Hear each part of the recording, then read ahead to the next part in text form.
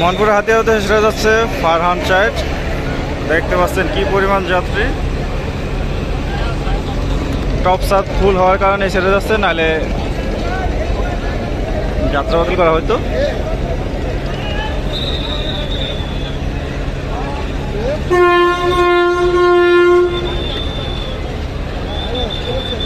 এক পাশ কায়িত হয়ে গেছে ফারহান চাইট লঞ্চ।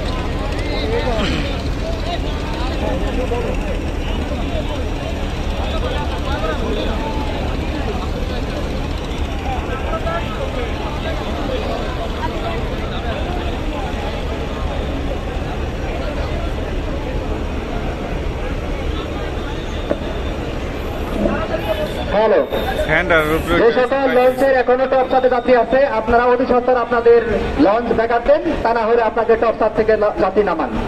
তা না হলে প্রত্যেকটা লঞ্চের বিরুদ্ধে আইনগত ব্যবস্থা নেওয়া হবে এবং জরিমানা করা হবে।